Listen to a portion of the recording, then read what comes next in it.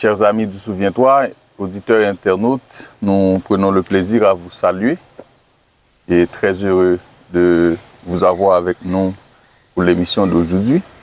Et dans le cadre de cette émission, nous allons parler de Joseph. Salut Franck. Salut Mackinson, et très heureux moi aussi de te retrouver après pratiquement une semaine et d'entrer chez nos internautes pour leur apporter notre émission habituelle Souviens-toi. Mais écoute, est-ce qu'on doit comprendre cette pratique d'esclavage de ce temps-là comme, par exemple, c'était à l'époque coloniale? Non, ce n'était pas une époque coloniale. Okay? On peut dire que c'était une économie comme à l'époque coloniale. Non, ce n'est pas la même chose. Ce n'est pas la même chose du tout. Okay? À l'époque coloniale, tu as un État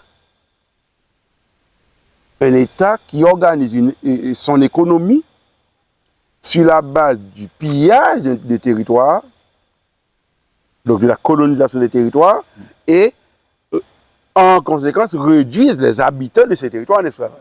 Donc c'était un système d'exploitation. C'était un système d'exploitation. Dans le temps de Joseph, on a autre chose. Ce qu'on a, c'est que tu as une économie tribale, ok? Tu as une économie tribale basée sur l'esclavage. Ok?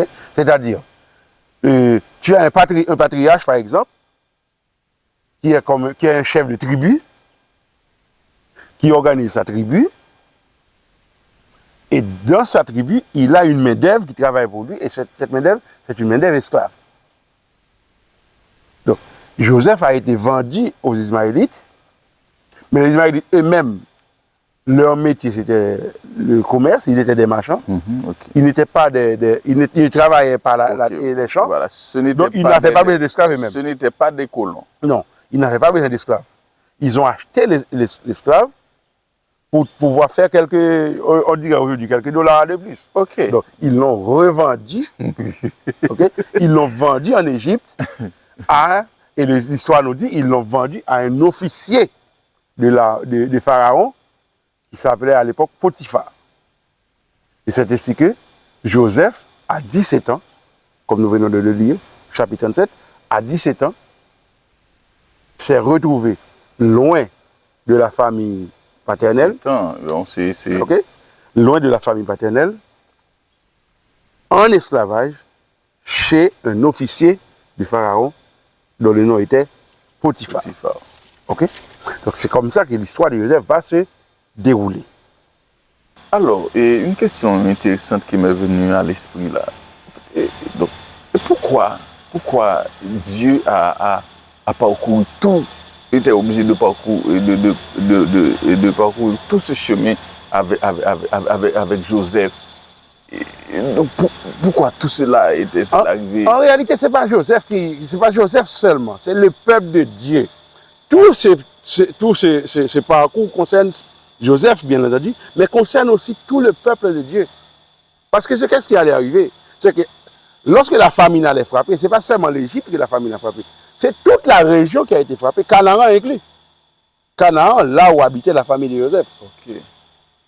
Et à un moment donné, lorsque la famine allait frapper, n'oublie pas que les frères de Joseph l'ont vendu. Oui. Et son père lui-même pense que Joseph est mort. Okay. Parce que les frères se sont arrangés pour lui faire croire que Joseph est mort, voici sa tunique, il a été déchiré par une bête sauvage, etc. Donc Joseph est mort. Mais lorsque la famine va frapper en Canaan, eux-mêmes ils vont se rendre jusqu'en Égypte. Ils sont obligés de se rendre en Égypte. Pour aller chercher à manger, pour aller acheter des grains, acheter du blé, acheter des céréales. Ok. Mais est-ce que tu penses qu'ils allaient avoir suffisamment d'argent pendant 7 ans pour de temps en temps aller acheter, etc. Non. Mais Dieu savait que cela allait arriver. Eh bien, il a envoyé Joseph en Égypte. Lorsque ses frères vont arriver en Égypte, et lui, il va reconnaître ses frères. Okay. Mais ses frères ne vont pas réussir à l'identifier. Okay. Avant de développer cette idée qui est extrêmement importante, donc, tu viens de dire que c'est Dieu qui a envoyé Joseph devancer ses frères. Ouais. Mais pourquoi Dieu était-il obligé de de permettre à ce que Joseph soit maltraité par ses frères, Non. vendu comme esclave. Et pourquoi Écoutez, trop de difficultés? c'est une excellente question. C'est une excellente question. C'est une invitation à réfléchir. Ok? Cette question, c'est une invitation à réfléchir. Dans quel sens? Dès que nous voyons un serviteur de Dieu en train de souffrir, nous avons tendance automatiquement à questionner la bonté de Dieu. Je suis comme ça, tu es comme ça. Nous étions notre cas, nous sommes comme ça. Ok. Mais si Dieu est bon, pourquoi? Oui. Eh bien, on peut continuer ce raisonnement. Si Dieu est bon, pourquoi est-ce que son fils est-il mort sur la croix? Ah, je n'ai pas pensé à ça. Eh bien, justement, c'est que la souffrance, ce n'est pas Dieu qui l'a voulu. La souffrance, c'est une conséquence naturelle de la désobéissance. Le péché de l'homme entraîne comme conséquence la souffrance. Et la souffrance, c'est pas quelque chose qui est destiné aux méchants. La souffrance, c'est un dénominateur commun chez la race humaine. C'est tout le monde qui Tout le monde peut souffrir, y compris un bébé qui vient de naître. La dernière fois que j'ai été à l'hôpital pour passer mon doigt, j'ai vu une dame qui arrivait avec un bébé dans les bras. Et elle dit à l'infirmière, le bébé a des difficultés respiratoires. Et moi, par curiosité, j'ai commencé à lui poser des questions. Et c'est à ce moment-là que j'ai découvert que le bébé venait de naître, moins de 2 heures. Moins de 2 heures avant que le bébé venait de naître. Mais le bébé respirait avec un peu de difficulté. Tu pouvais entendre sa respiration. C'est comme s'il y avait quelque chose dans ses narines qui bloquait un peu la respiration. Et puis j'ai observé ce qu'allait faire l'infirmière. Mais je n'ai pas été surpris, mais la première chose que l'infirmière a faite, c'était quoi? C'était de prélever le sang du bébé. 2 heures, le bébé venait de naître. Ok. Mais bébé sa souffrance commençait déjà. Sa souffrance commençait déjà. Et notez que ce bébé est en bonne santé. Il y en a qui n'ont même pas la chance de naître en bonne santé. Il y en a qui naissent et qui restent à l'hôpital 2 mois, 3 mois, pour pouvoir finalement sortir et voir est-ce qu'il y a moyen de lutter de cette vie pour pouvoir survivre. Mais à quel prix? Au prix de la souffrance. L'adaptation. S'adapter. Donc, c'est pas parce que Joseph méritait de souffrir qu'il souffrait, mais c'est que la souffrance, ça fait partie des conséquences naturelles du péché, et nous sommes tous appelés à souffrir. Pas parce que Dieu veut que nous souffrons. Alors tu peux me demander, mais pourquoi est-ce que Dieu ne nous évite pas la souffrance? Eh bien, Dieu ne nous évite pas la souffrance. Parce que si à chaque fois que quelque chose nous arrive, Dieu nous l'évite. Quand est-ce que nous allons vouloir retourner au plan originel de Dieu? Dieu a une solution définitive pour la souffrance. Ce n'est pas une solution définitive pour ta souffrance ou ma souffrance, mais c'est pour la souffrance. Au lieu de résoudre ma souffrance aujourd'hui et laisser d'autres dans leur souffrance, Dieu choisit le moment qu'il a fixé et il résolvera le problème de la souffrance. Ça va se résoudre, tu n'as pas besoin de t'inquiéter. Mais Dieu, même s'il n'a pas lui-même décidé que les frères de Joseph le vendent pour être esclaves, mais Dieu, comme nous l'avons dit, les hommes font l'histoire, mais Dieu aussi fait l'histoire. Eh bien, Dieu a laissé les hommes agir, mais dans l'action des hommes, lui-même, il fait aussi son action. Il laisse les frères le vendre. Il ne leur demande pas de le faire, mais il les laisse faire. Mais dans leur plan, lui-même, il canalise la vie de Joseph. Il va changer le mal en bien. Il change le mal en bien. Il permet à Joseph d'aller en Égypte.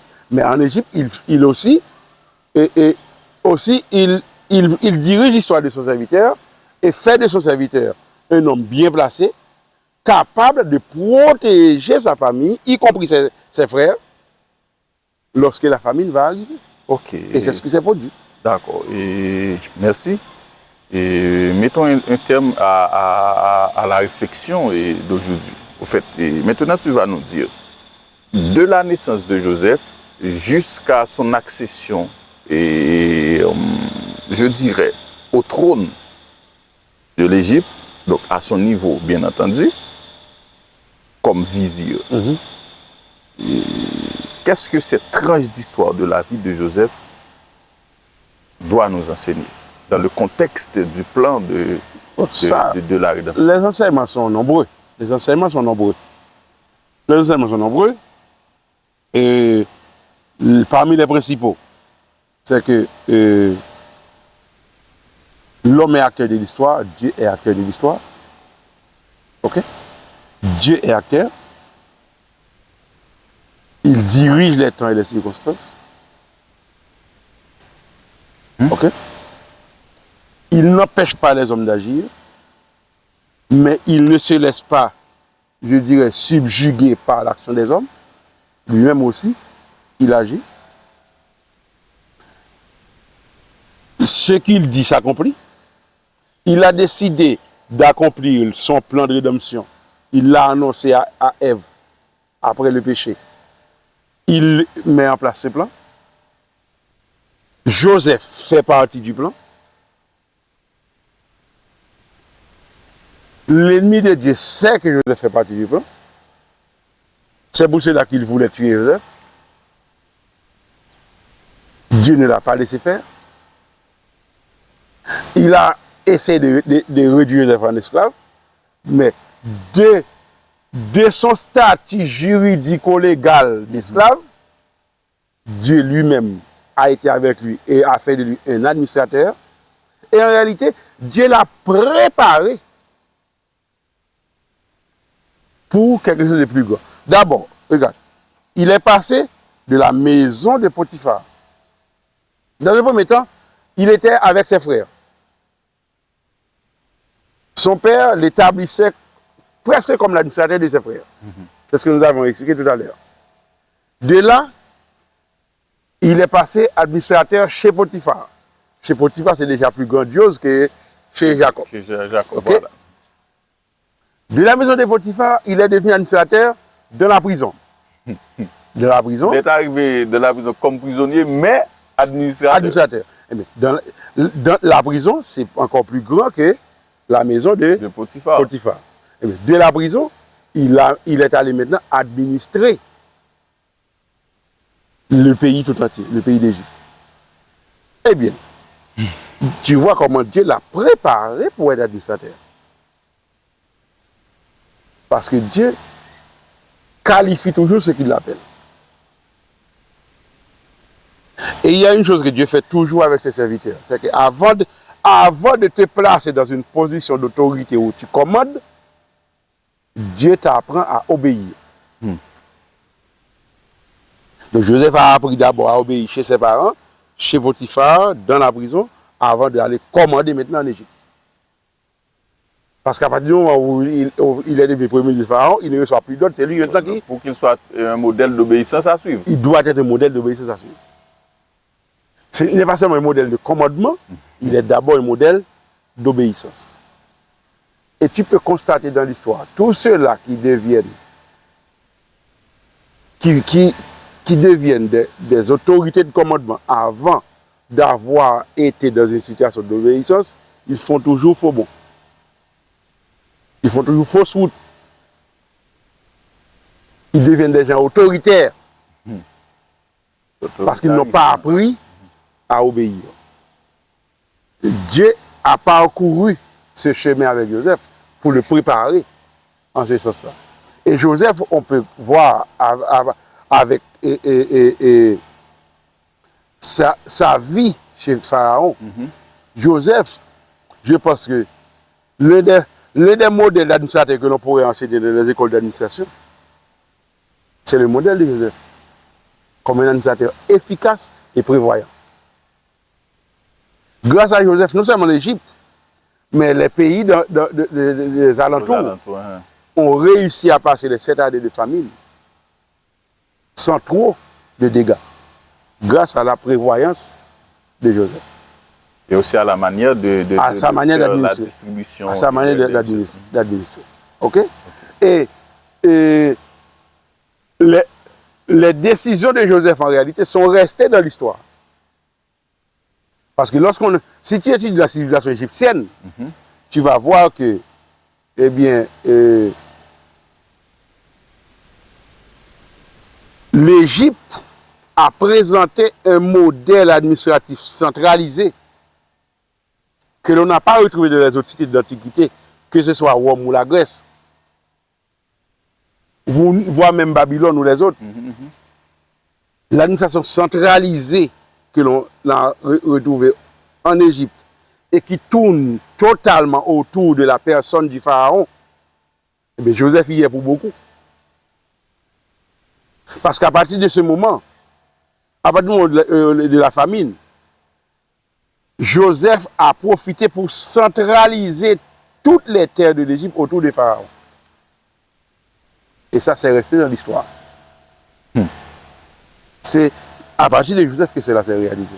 Et c'est resté dans l'histoire au point que, lorsqu'on observe, dès qu'on dit l'Égypte, tout le monde voit les pyramides.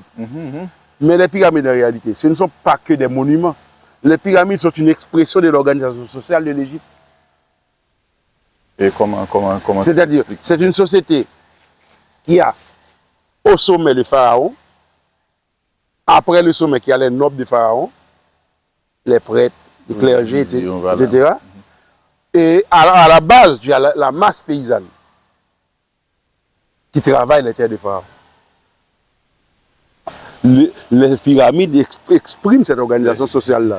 les classes sociales. Yes. Okay? Les pyramides expriment cette organisation sociale-là. Et bien, Joseph y est pour beaucoup. Okay? Joseph y est pour beaucoup. Ok. Yes. Alors, merci Franck, c'était vraiment intéressant. Et alors, nous profitons pour donner rendez-vous à nos chers internautes, nos chers auditeurs et auditrices. Nous profitons pour vous remercier et de vous donner rendez-vous à la plus prochaine émission, semaine prochaine. Et n'oubliez pas qu'ici, c'est Souviens-toi.